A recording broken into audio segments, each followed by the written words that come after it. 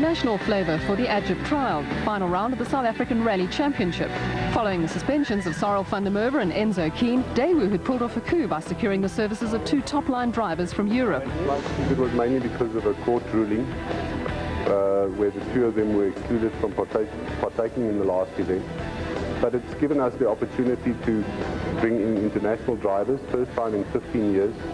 I look forward to the event, and I think it will be a fantastic event for Daewoo and also for motorsport in South Africa. Scotland's Robbie Head, who drove for Renault in the British Series this year, was paired with Keen's regular navigator Guy Hodgson, and Sweden's former World Rally champion Stef Blomqvist had Frans Boshoff reading the notes.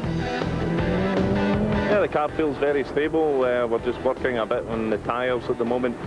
This track is quite muddy and slippy at the moment, but yeah, the braking and the engine all seems very good. So yeah, at the moment, I mean, obviously with the 1200 weight kilo that we run in these cars, it's not as fast as the cars we're used to in the UK, but yeah, I mean, it's a good package.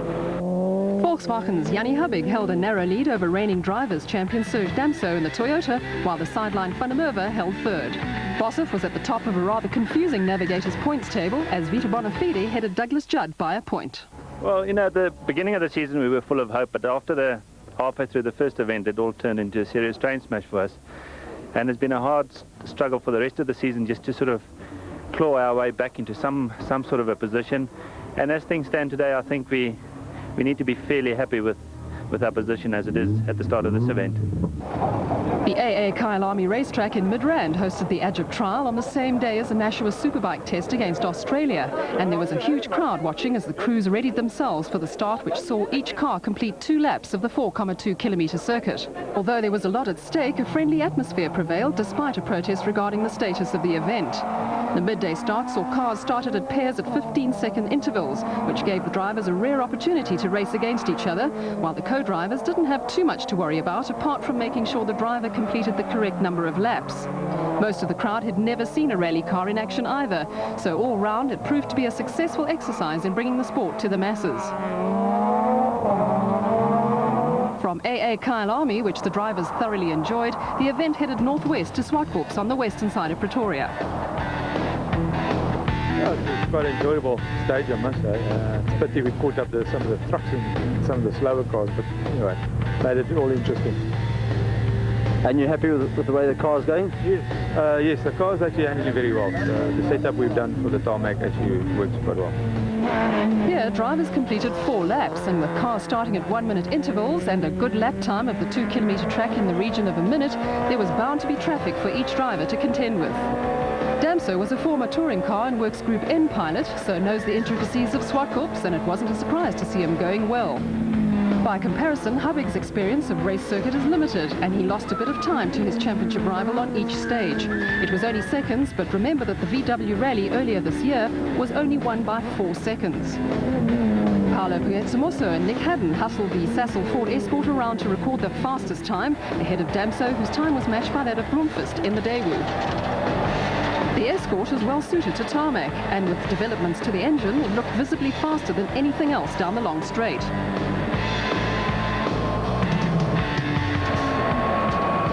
Further back, there was a great tussle going on in Class S18. Heading the pack were JP Damso and Pierre Aris in the Team Total Toyota Conquest, and the Danair version of Hogan Fechen and Dave Lukowitz. Both were being chased by the Formula 2 Golfs of Chart van der Walt and Cindy Harding and Terry Brandt and Marty Olivier. Not far adrift was the Toyota of Berto Mostert and Andre Vermeulen, who came out ahead of the pack, which now included the Team Total Golf of Natal Rally champions Tony Ball and Brian Duncan. It was a busy place as 56 cars took to the circuit. Some clearly weren't used to the precise lines needed on a race circuit. Others found the pace too fast. John and Cherry Sanders retired their Group N Hyundai with a blown motor and were joined by the Golf of Dirk Badenhorst and Carolyn Swan, which suffered the same fate. Ben and Isabel van der Westhuizen were quietly going about their business, and their Group N Daewoo sounded healthy as they headed a gaggle of other cars. Looking totally out of place was the V8-powered Pennzoil Land Rover of Cliff Barker and Malcolm Javert. Just a week earlier, it had finished a grueling 1,000-kilometre Roof of Africa rally in Lesotho. Paolo, you've done a lot of development work on this car and you're running in Class S, don't you? What have you done? Well, we didn't really do much development. We had a problem with the Formula 2 engine a couple of days before the event. So we put in the new kit engine, which is the homologation for next year. And we put on some shock absorbers from the tarmac, which is what they use in the UK. And we just set it up in that way. And that forces you to run in S20? Unfortunately, yes, because the kit rules only allow us to run next year. It's not really what we wanted to do. We wanted to finish the season in F2, but unfortunately this was our spare engine, which we had converted, so we had no choice but to go this week. Stage 3 took place at the impressive vehicle testing facility of Geritech, which lies between Hartbeespoort Dam and Pretoria. Despite Damso opting for the cautious approach at the water splash, the Toyota still came out of it with a misfire as Hubig blasted through without slowing at all.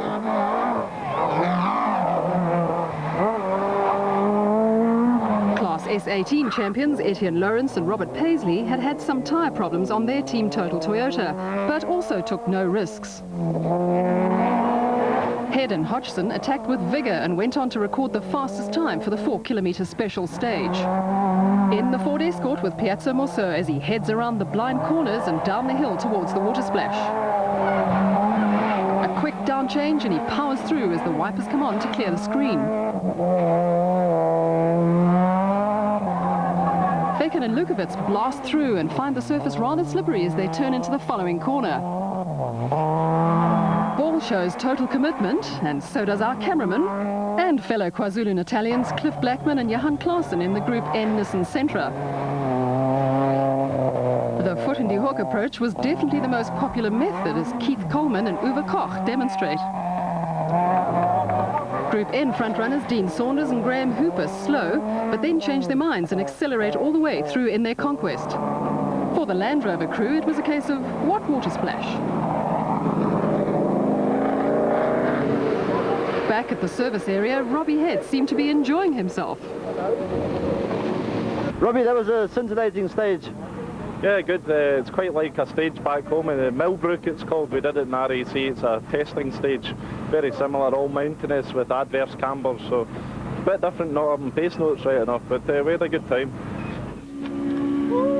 From Geritech, the rally moved to the industrial area of Roslyn and 10 kilometres of long straights linked by 90-degree corners. It was a case of keeping at maximum RPM for as long as possible and not making any mistakes in the corners, and it was a Toyota which recorded the fastest time. Following Piazza Musso's change of class, Van der Valt's only opposition in the Formula 2 came from Brands Golf, and Van der Walt held the advantage at this point. Class S18 cars are not much slower than their Formula 2 counterparts, and Fecken was flying as he tried to shake off the advances of JP Damso. Blackman was going great guns in the 2-litre Group N Sentra and was being chased by Sanders and Hooper in the smaller engine Toyota. Also in the hunt for Group N honours was the Toyota of Marius Loubser and Derek Sullivan. JP, this rally is turning into a close tussle between you and Fecken. Yeah, because I prefer the tarmac, and he's also quite good on the tarmac. But tomorrow I think Etienne will give us a go on the gravel again.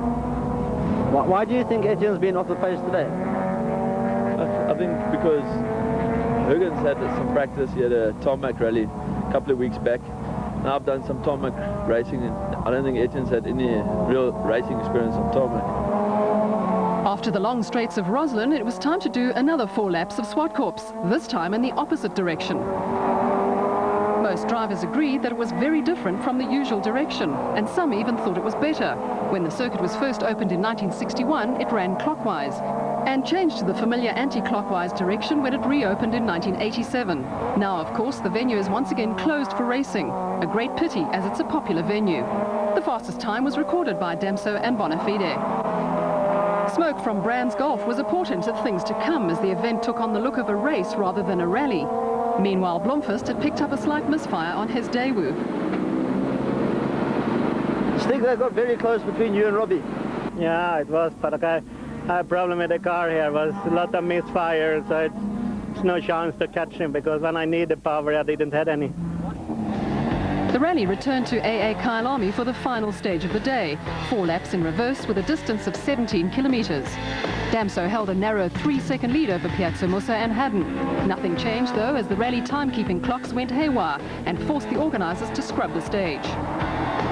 Nevertheless, it did provide entertainment for the race fans who were enjoying season-end celebration parties at AA Kyalami. Habig was giving it his all to stay in touch with Damso and the pair of Daewoo's. It was almost like a Group N race as Fecken and Ball had a good close ding-dong. Wonder what their navigators thought of it.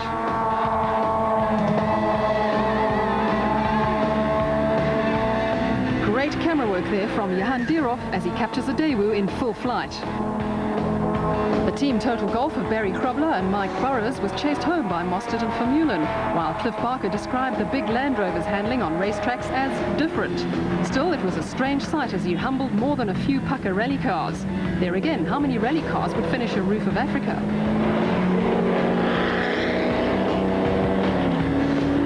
By the time the tail enders arrived, darkness was setting in and lights were switched on. Another off-road racing vehicle was the big creepy crawly Ford. It too had been competing in the Roof a week earlier, and marketing supremo Arthur Abraham took it for a quick spin.